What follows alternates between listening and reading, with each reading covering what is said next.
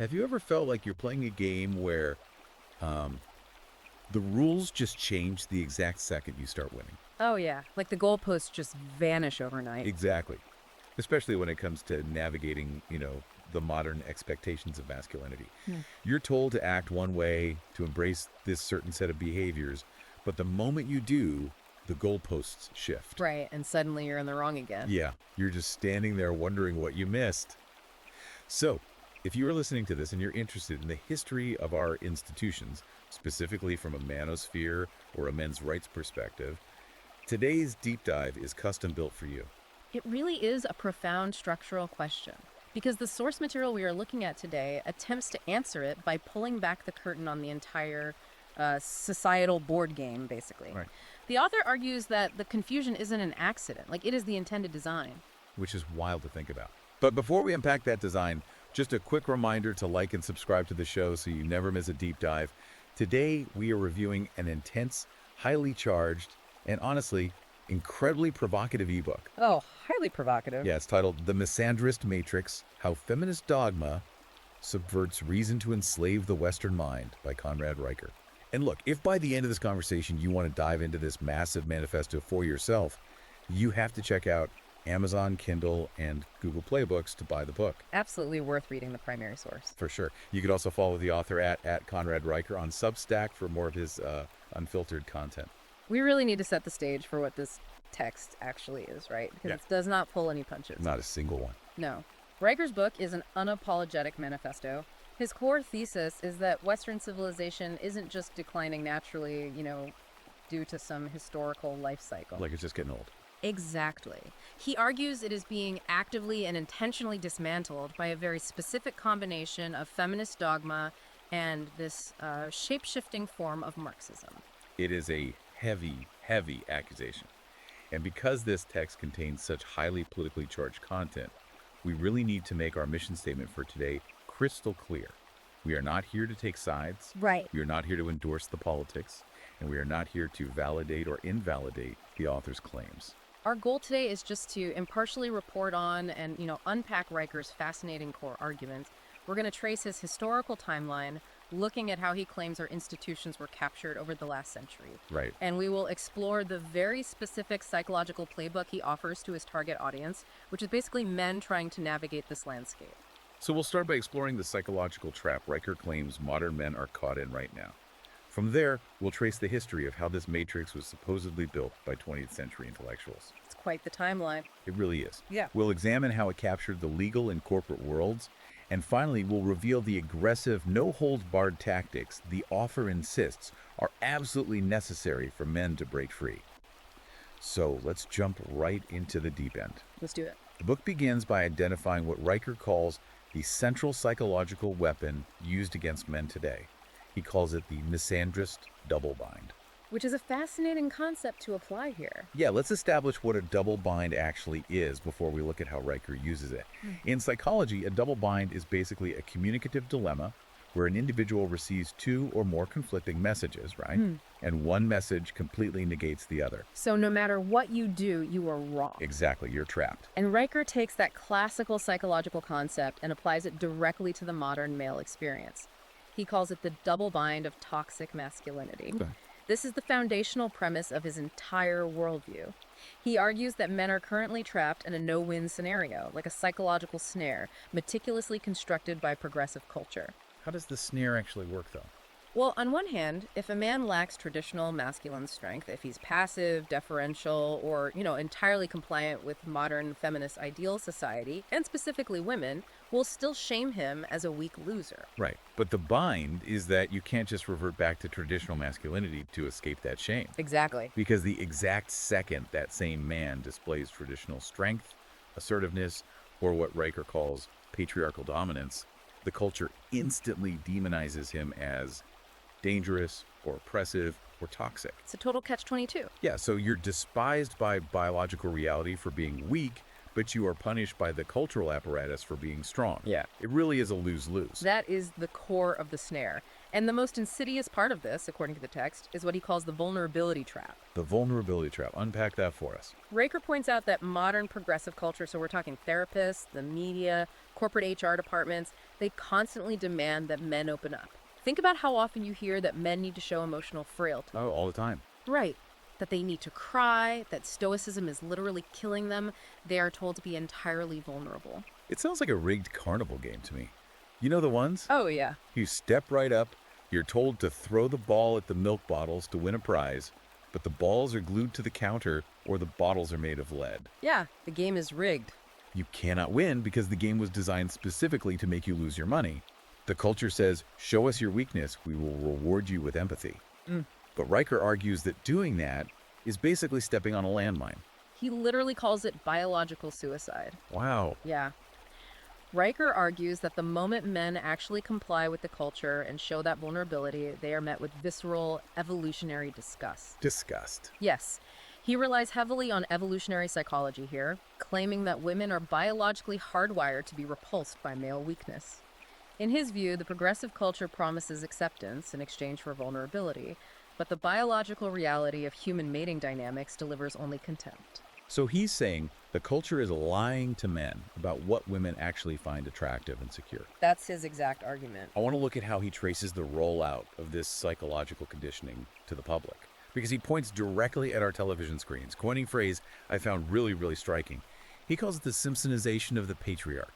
Such a memorable phrase. It really is. He's looking at the shift in mainstream media representation of fathers, arguing this wasn't just, an accident of changing comedic tastes. Right. He points to the year 1989, which is the debut of The Simpsons. Yeah. We get Homer Simpson, the buffoonish, completely incompetent dad who is constantly outsmarted by his wife and even his children. And then you fast forward to 1996, the premiere of Everybody Loves Raymond. Exactly. Where the father exists basically just to be mocked and corrected by his much smarter, much more competent wife.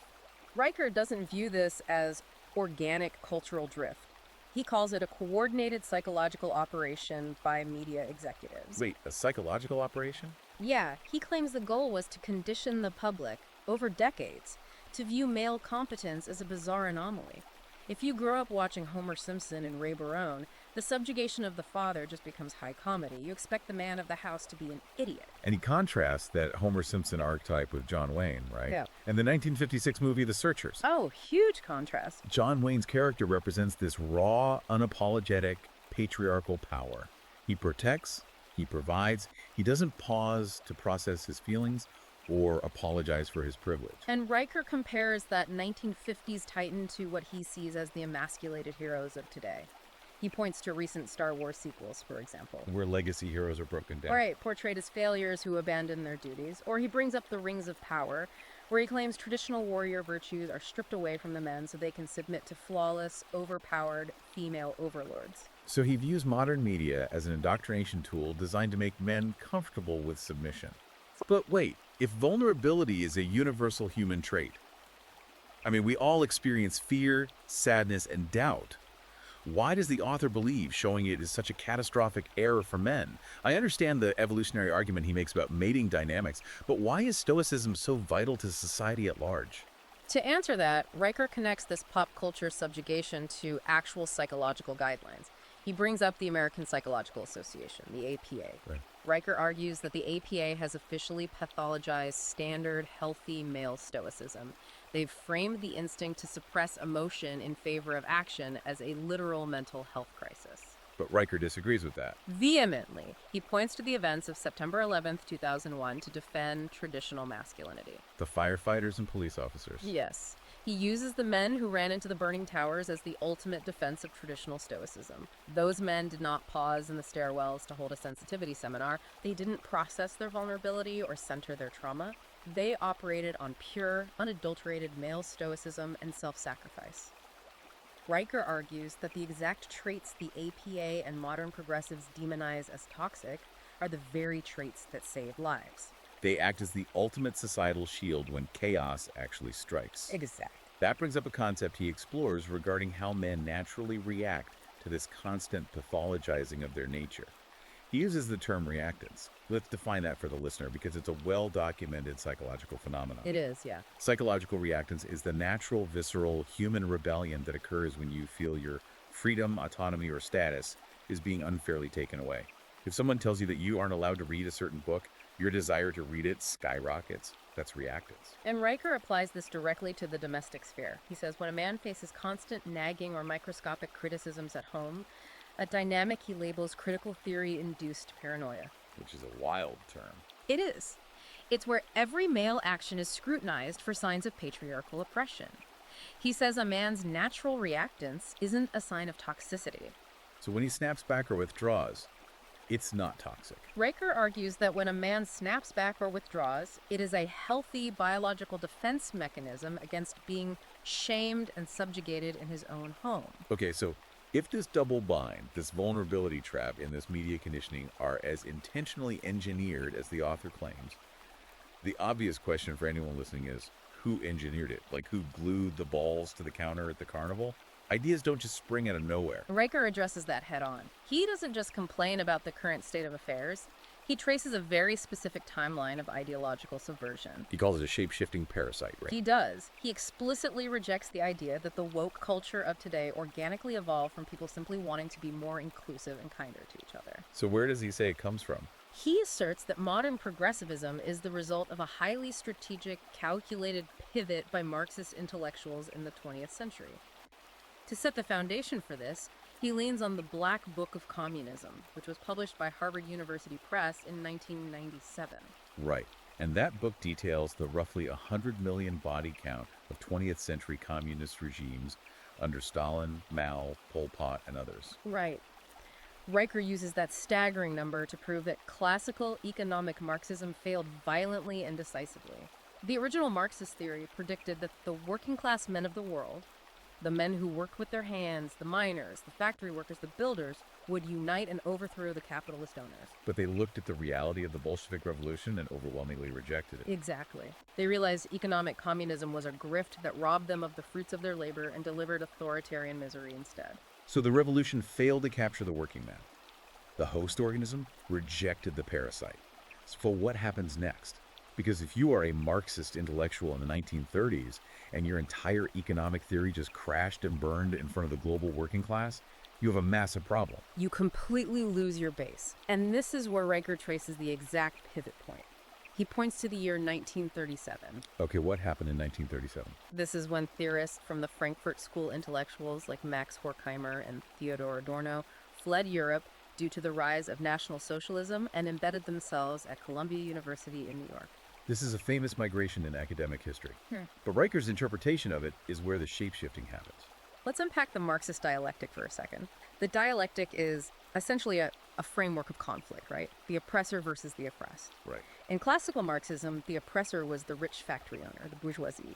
The oppressed was the poor factory worker, the proletariat. So Riker argues that because the working man rejected class warfare based on economics, these academics at Columbia deliberately shifted their target.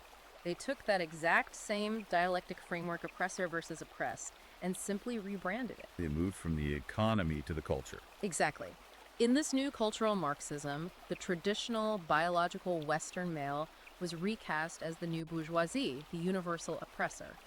And women, along with various minority groups, were recast as the new proletariat, the oppressed class. So the economic war seamlessly morphed into a gender and culture war. That's his thesis, yes. The brilliant, honestly terrifying part of this theory is that it explains how the exact same resentment can be weaponized even in a prosperous society. Yeah. You don't need economic starvation to start a revolution if you can convince people they are culturally starving. Absolutely. And to prove this isn't just a conspiracy theory, Riker points to very specific texts written by these exact men. Let's look at a 1950 book called The Authoritarian Personality, written by Horkheimer and Adorno. That book is critical to Riker's argument. He claims the authoritarian personality essentially weaponized the field of psychology. It took traditional male traits, things like physical strength, a desire to provide for and protect a family, and patriotism, and pathologized them. How do they do that? The authors argued these weren't just old-fashioned values, they were indicators of an authoritarian personality that was inherently prone to fascism. Oh, wow. Yeah. So, almost overnight in the academic literature, being a strong traditional man meant you were mentally ill and a latent danger to democratic society. I want to focus on another text he brings up, a 1965 essay by Herbert Marcuse called Repressive Tolerance. This concept is just fascinating. If you've ever wondered how modern censorship operates under the guise of inclusivity, Riker points to this exact essay as the blueprint. Marcuse is another major figure from that intellectual lineage, and according to Riker, repressive tolerance is the ultimate playbook for modern institutional control. It's an ideological Trojan horse. Riker argues that Marcuse framed the basic tolerance of conservative or traditional ideas as a form of actual oppression. Yes. Marcuse essentially argued that society is so imbalanced that simply allowing right-wing or patriarchal speech to exist is, in itself, an act of violence against the marginalized. By doing that, he gave the radical left a blank check to aggressively censor, shout down, and deplatform anything they disagreed with, all in the name of being tolerant. It is a total inversion of language. It's the ultimate heads I win, tails you lose scenario. If you disagree with him, you aren't just holding a different opinion. You are committing an act of intolerance that must be silenced for the greater good. Exactly. Riker argues this essay is the philosophical grandfather of every modern campus speech cane and tech platform algorithm that shadow bans conservative men today. Now, I can see how that theory works in an academic setting, but a skeptic might say, okay, some intellectuals at Columbia wrote a few essays in the 50s and 60s. How does that actually impact a guy living in Ohio today? Academic theories usually die in the ivory tower. And Riker's counter to that skepticism is his meticulous tracking of how this philosophy of repressive tolerance and cultural Marxism bled out of academia and was weaponized into hard legislation. Right. He argues they specifically targeted the bedrock of Western society, the family unit. So he moves from philosophical theory into this really aggressive legal critique. Let's follow that transition to the legal and corporate spheres. How did the theories of the Frankfurt School actually rewrite the law? Because Riker views the family courts not as halls of justice, but as Marxist re-education camps. He does. He claims the ultimate goal of these institutions is to dismantle fatherhood entirely. Riker argues that the state wants to remove the patriarchal protector from the home so that the family becomes entirely reliant on the government. So the state steps in as a surrogate husband. Precisely. Providing welfare and security, which in turn secures political loyalty from the dependent mother. To back this up, he uses the 1994 Violence Against Women Act, or VAWA, as his prime example of legal capture. Now, conventionally, VAWA is viewed as a monumental, landmark piece of protective legislation designed to help victims of domestic abuse. How on earth does Riker use this to frame a Marxist strike on the home? Well, he points to the mechanics of how the law was enforced, specifically how it heavily incentivized local law enforcement to adopt mandatory arrest policies in domestic disputes. Okay. Riker argues that federal funding was tied to arrest rates, creating a quota system where police essentially had to arrest the man to secure their department's budget. Wow. But he goes deeper, pointing to a critical Supreme Court case from the year 2000, United States v. Morrison. Let's break down the Morrison case because the constitutional implications here are massive. In Morrison, the Supreme Court actually struck down a key provision of VAA, the civil remedy provision. Yes, that was huge. This provision would have allowed victims of gender-motivated violence to bypass state courts and sue their attackers directly in federal court. And the Supreme Court ruled that this was a massive constitutional overreach. The feminist legal lobby tried to justify this federal power grab by invoking the Commerce Clause, arguing that gender-based violence affects interstate commerce and the 14th Amendment's Equal Protection Clause. But the court struck it down.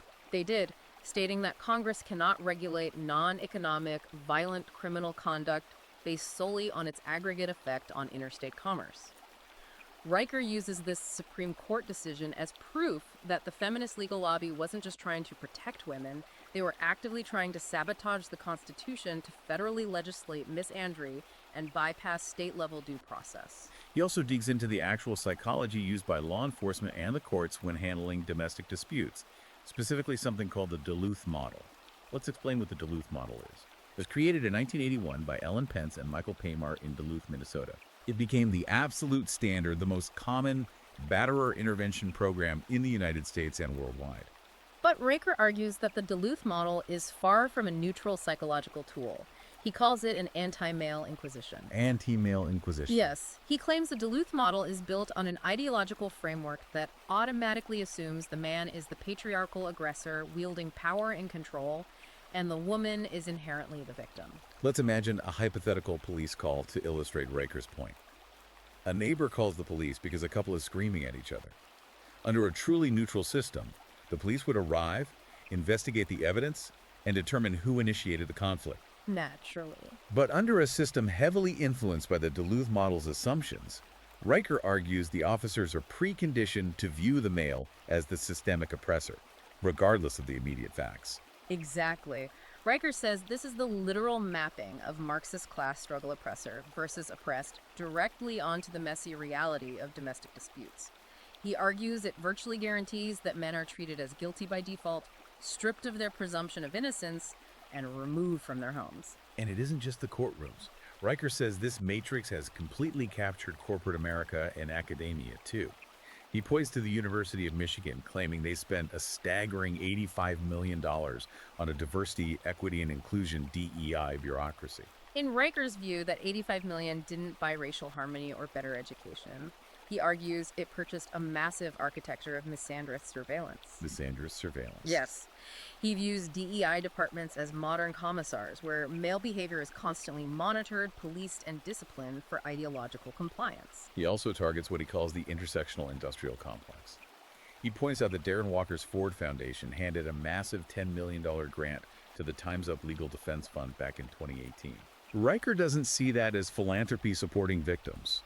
He views it as the progressive elite funding a war chest for the systematic legal harassment of men to keep them perpetually subjugated and fearful in the workplace. Riker calls this entire interlocking system the oppression matrix singularity. Think of it like a massive superhero movie franchise where the writers just have to invent an increasingly cartoonish supervillain just to keep the plot moving and the franchise profitable. That's a great way to put it. Riker claims the biological Western male is that universal antagonist for the progressive left. Because if you remove the toxic patriarch from the equation, the entire multi-billion-dollar progressive grievance industry, all the DEI consultants, the gender studies departments, the specialized legal funds, they go bankrupt overnight.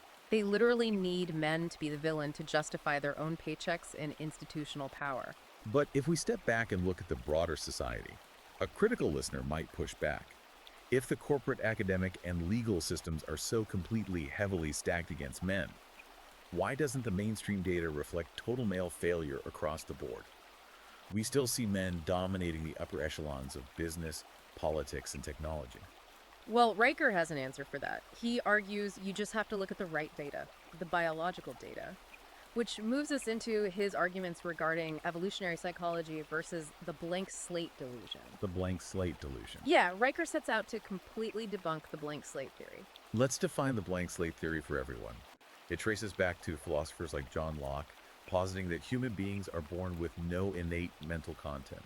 We are born completely neutral, and society, culture, and socialization entirely program our behavior, including our gender roles. It is a highly appealing theory because it suggests complete malleability, right? If we change society, we can completely change human nature. Right.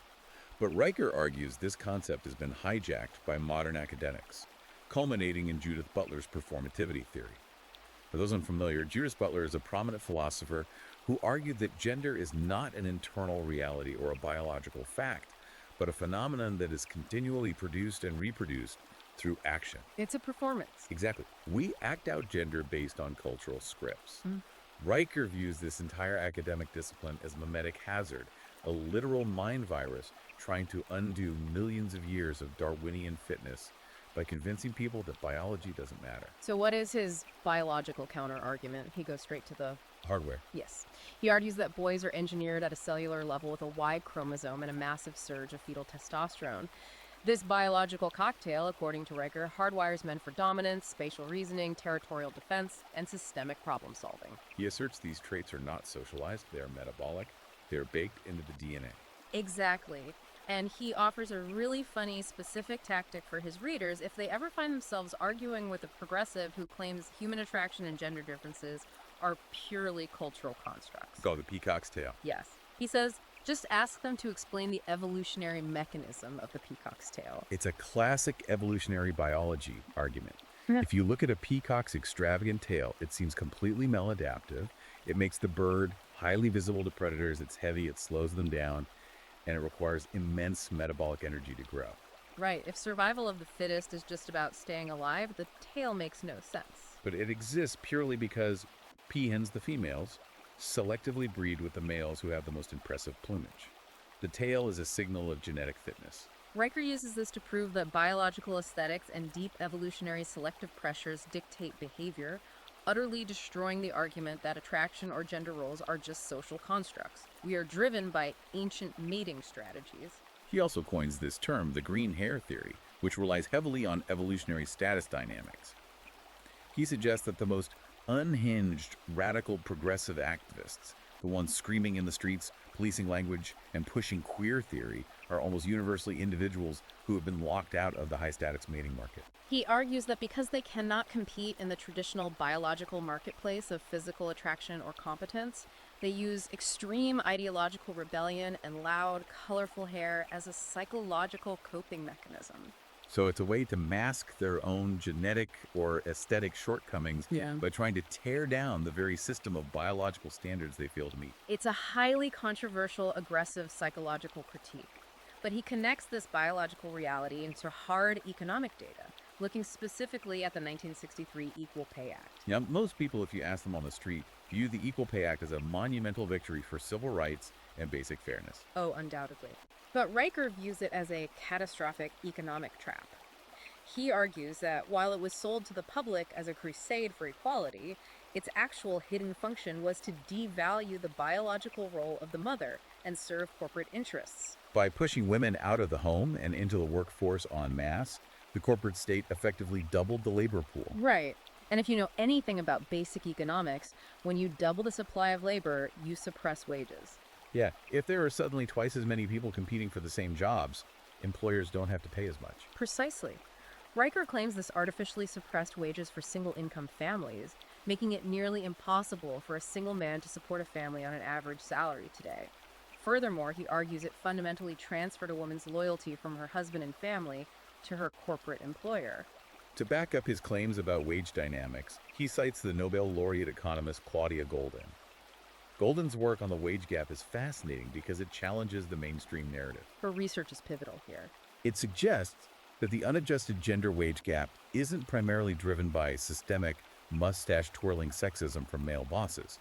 It is driven by choices. Yes. Goldin points out that men overwhelmingly take on the brutal, high-stress, dangerous jobs that require 80-hour work weeks and absolute constant availability. Women, on average, tend to prioritize temporal flexibility to manage family life and caregiving. Riker essentially says the wage gap isn't evidence of oppression. It's just evidence of hazard pay. Men are choosing to do the hazardous heavy lifting that keeps the lights on, and the market compensates them for sacrificing their bodies and time. And he points out the psychological toll this corporate shift has taken on women, citing a very famous 2009 study by economists Betsy Stevenson and Justin Wolfers called The Paradox of Declining Female Happiness. That study is a cornerstone for many of these arguments. Stevenson and Wolfers found that despite massive, undeniable gains in legal rights, higher education, and workplace participation since the 1970s, women's self-reported happiness has actually declined over that same period, both absolutely and relative to men. Riker labels this decline the biological debt. He claims that women are now popping SSRIs and anti-anxiety meds at astronomical rates just to endure the corporate wage slavery that feminism forced upon them. Think about it. Feminism sold women this ticket for a luxury cruise of empowerment and having it all. But when they got on board, Riker says they ended up rowing in the galleys, completely stressed out, alienated from their biological desire for family, and miserable. And he doesn't spare men from the physical toll of this ideology either. Riker targets the term toxic masculinity itself, which was popularized in academic literature by psychologist Terry Coopers in the 1970s. Riker claims that toxic masculinity isn't a valid clinical diagnosis. It is a linguistic weapon designed to subdue. He asserts that the male endocrine system is built for victory, competition, and dominance. Therefore, when a man internalizes this misandrist shame, when he apologizes for his male privilege, suppresses his natural aggression, and submits to a deferential role, it actually measurably lowers his testosterone. Wait, literally lowers his testosterone? Yes. He is arguing that woke ideology isn't just bad for mental health.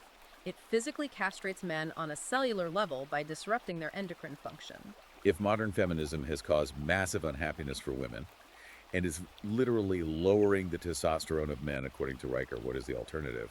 What does he view as the true historical role of the patriarchy that we supposedly lost? Well, Riker offers a passionate, almost reverent defense of historical patriarchy. He completely rejects the modern academic definition of patriarchy, which frames it as an oppressive structural hierarchy designed to keep women down and hoard resources for men. He reframes it entirely, doesn't he? Yes, as a magnificent, rigid system of immense male sacrifice. In Riker's view, patriarchy was designed specifically to protect women and children from an incredibly brutal, unforgiving wilderness. So historically, men didn't hoard power to be tyrants. They took on burden of leadership and the absolute certainty of physical danger so women wouldn't have to. And he leans on some heavy data to make his case about male sacrifice. He points to the Bureau of Labor Statistics for 2022. 92.2% of all fatal work injuries were men. Almost all of them. Men are the ones dying on oil rigs, falling off roofs, suffocating in mines, and being crushed in logging accidents. They do the invisible, lethal labor to keep the infrastructure of society running. He also looks at historical crises to prove this protective instinct is innate. He points to the sinking of the Titanic in 1912. The statistics on that are chilling. The enforced protocol of women and children first resulted in a 74% survival rate for women compared to a mere 20% survival rate for men. Riker uses this stark contrast to obliterate the idea that male power exists to oppress the weak. Right. The men on the Titanic, many of them wealthy and powerful, willingly froze to death in the Atlantic Ocean to save women they didn't even know. That is the true face of patriarchy to Riker. He also lists the grand civilizational achievements driven by male competition and competence. Men built the Roman aqueducts that stood for millennia. Men laid down the tracks for the Transcontinental Railroad in 1869 through sheer physical grit and astronomical fatality rates. Men solved the physics and built the rockets to walk on the moon in 1969. And this leads Riker to aggressively attack what he calls the apex fallacy. Let's explain why it's so easy to commit this fallacy, because it's central to how he views leftist arguments. The apex fallacy is a cognitive blind spot where you judge an entire group based solely on the characteristics of its most visible, successful members. Riker argues that leftist sociologists and feminists look exclusively at the absolute top 0.01% of society, the billionaire CEOs, the tech moguls, the presidents, the senators. They see that these apex positions are held mostly by men, and they immediately declare that all men are privileged and hold systemic power. But they're completely ignoring the bottom of society. They ignore the 92.2% of workplace fatalities. They ignore the men making up the vast majority of the homeless population, the prison population, and the suicide statistics. It's selective outrage. Right. They ignore the men freezing on the Titanic and the men doing the brutal invisible labor in the sewers and on the power lines. Riker argues that by focusing only on the apex, progressives justify systemic discrimination against the average working class man. If society refuses to recognize the value of that average man's sacrifice, Riker issues a very dire civilizational warning.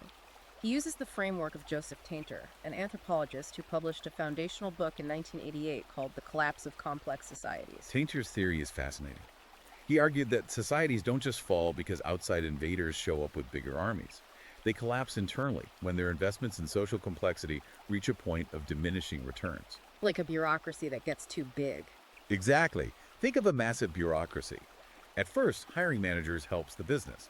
But eventually, you have so many managers managing other managers that the bureaucracy costs more to maintain than the actual value it provides to the citizens. The system fractures under its own weight. Riker applies Tainter's theory directly to the modern West. He points out that America used to build transcontinental railroads, interstate highway systems, and Apollo space programs. And now, Instead of building bridges and expanding the frontier, we siphon billions of dollars into parasitic DEI bureaucracies, HR compliance departments, and gender quota enforcers that produce absolutely nothing of tangible value. Riker uses modern San Francisco as his primary case study for this collapse. The overdose statistics there are terrifying. In 2023, the city recorded over 800 fatal drug overdoses, primarily driven by fentanyl. Riker attributes this hellscape not to complex economic factors or pharmaceutical greed, but to the deliberate abandonment of patriarchal authority. He blames what he calls female-centric emotionalism, right? Yes. Female-centric emotionalism and progressive harm reduction policies that coddle criminals, enable addiction, and refuse to enforce rigid masculine order on the streets. He actually compares the modern West to the fall of the Roman Empire, drawing a direct historical parallel. He contrasts the internal rot, moral decay, and feminization of the Western Roman Empire that led to its collapse in 476 AD with the prosperity of the Pax Romana, a 200-year period of relative peace and stability forged by uncompromising, unapologetic patriarchal dominance. He also cites the work of anthropologist Napoleon Chagnon, who famously studied the Yanomamo people of the Amazon basin. Chagnon's studies demonstrated that in the jungle, societies rely heavily on the dominant male protector to ward off threats from neighboring tribes. The weak, the pacifists, are simply conquered. Right. Riker's point is that human nature hasn't magically evolved past this reality. Western civilization is currently subverting its own evolutionary biology, making itself artificially weak and ripe for conquest by outside cultures that do not subscribe to critical theories or intersectional guilt. I want to highlight a really fascinating structural argument Riker makes here, because it turns the entire mainstream narrative upside down. He says, look, the left constantly claims we live in a patriarchy where men hold all the systemic power. But if you look at the actual laws and systems, men are legally discriminated against in family courts, they face diversity quotas that actively work against them in college admissions and corporate hiring, and they are the only demographic forced by federal law to register for the Selective Service Draft to deal in foreign wars. His conclusion from that structural reality is stark. He concludes the patriarchy is an absolute myth.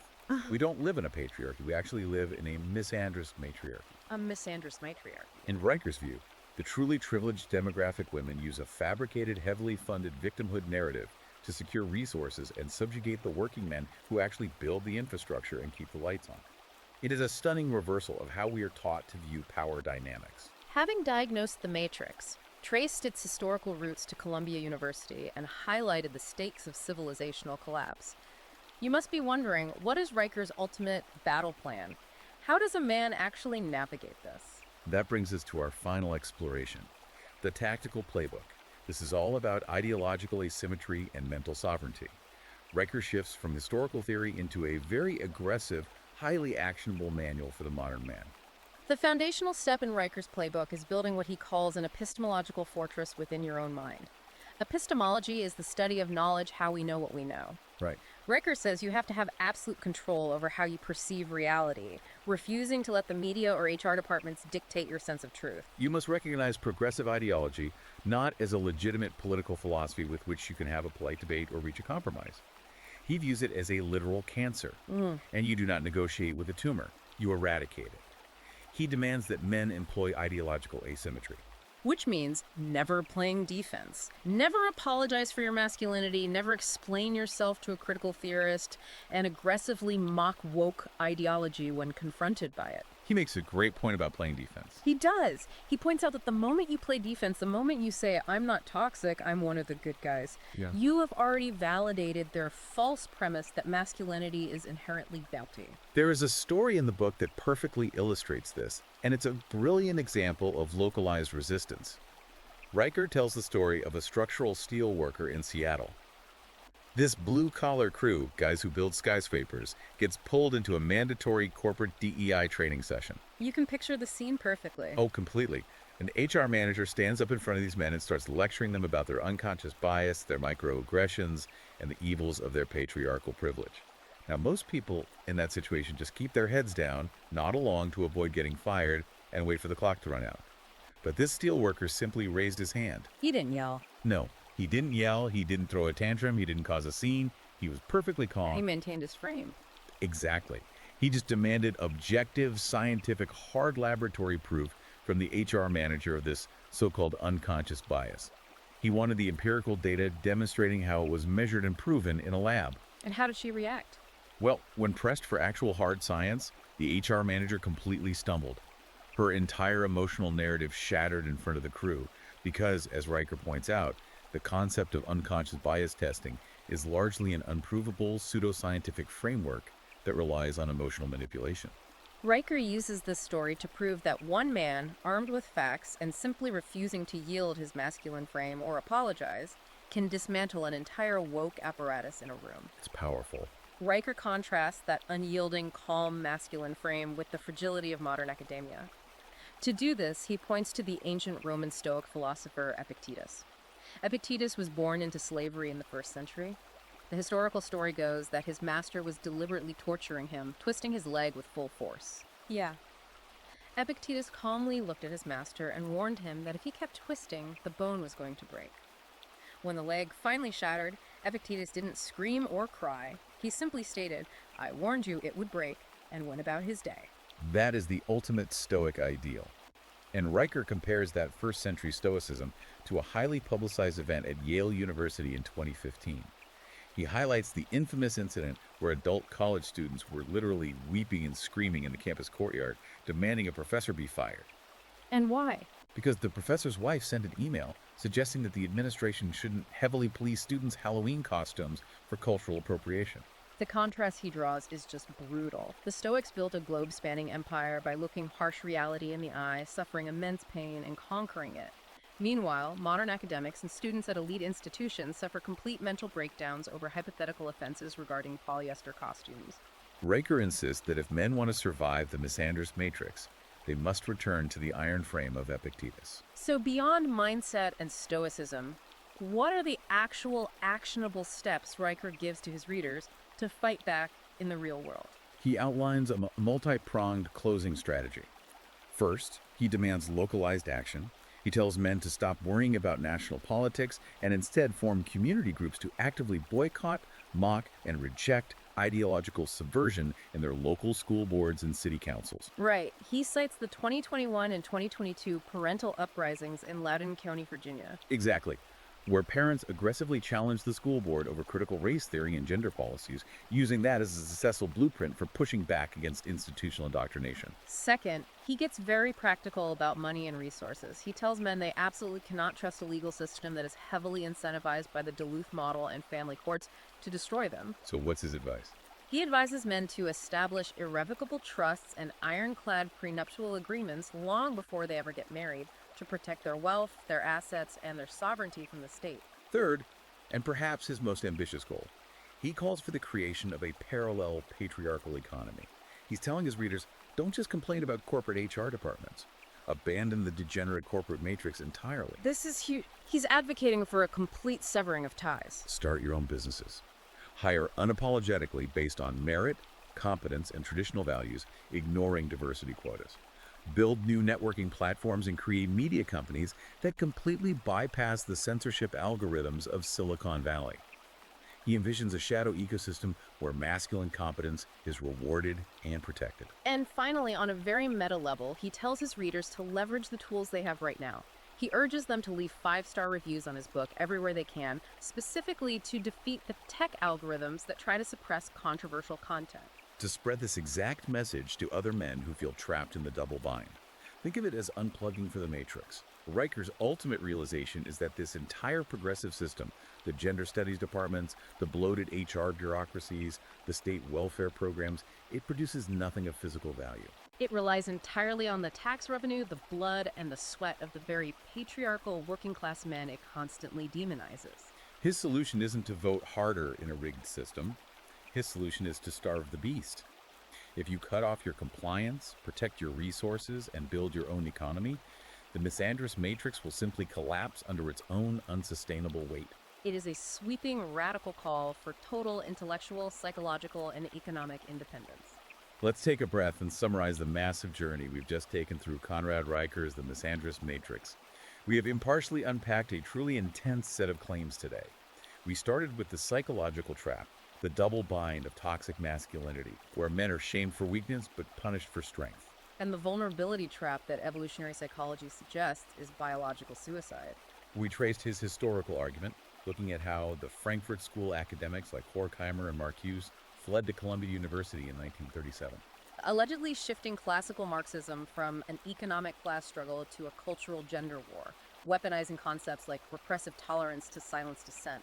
We looked at the alleged institutional capture of our family courts, through VAWA and the biased assumptions of the Duluth model, as well as the corporate world's obsession with massive DEI bureaucracies and intersectional funding. We dug into his defense of hard biological data, the Y chromosome, the peacock's tail, and the economic reality of the 1963 Equal Pay Act, doubling the labor pool and suppressing wages. And finally, we explored Riker's impassioned defense of historical male sacrifice, his warning of civilizational collapse using Roman history and tainters theories, and his aggressive tactical playbook for achieving mental sovereignty, enforcing ideological asymmetry, and building a parallel economy. It is a massive amount of theory, history, and biology to process. And as we wrap up, I want to leave you with a final provocative thought from the text to mull over on your own. I love a good final thought. Let's hear it. Riker makes a poignant historical observation near the very end of his book. He notes that every single civilization that has ever collapsed from Rome to the Bronze Age empires believed itself to be completely invincible right up until the very moment the gates fell. But conversely, civilizational renewal always begins with a small, dedicated group of people who simply refuse to accept the prevailing consensus. Right. Whether you view Riker's historical analysis as a harsh, absolutely necessary reality check or as highly controversial, his premise forces a profound question. What actually happens to the intricate, heavily bureaucratic machinery of modern Western society if the foundational demographic that historically built, funded, and maintained it simply decides to stop apologizing, stop participating, and walk away? It is a question that completely reframes the modern culture war.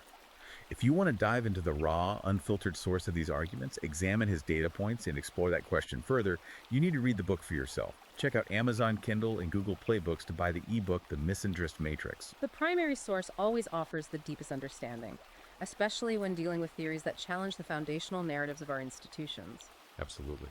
Make sure to follow the author at Conrad Kostreicher on Substack for his ongoing commentary and analysis. Thank you so much for joining us on this deep dive today. Please remember to like and subscribe to the show for more explorations into the most fascinating, disruptive sources out there. We will see you next time.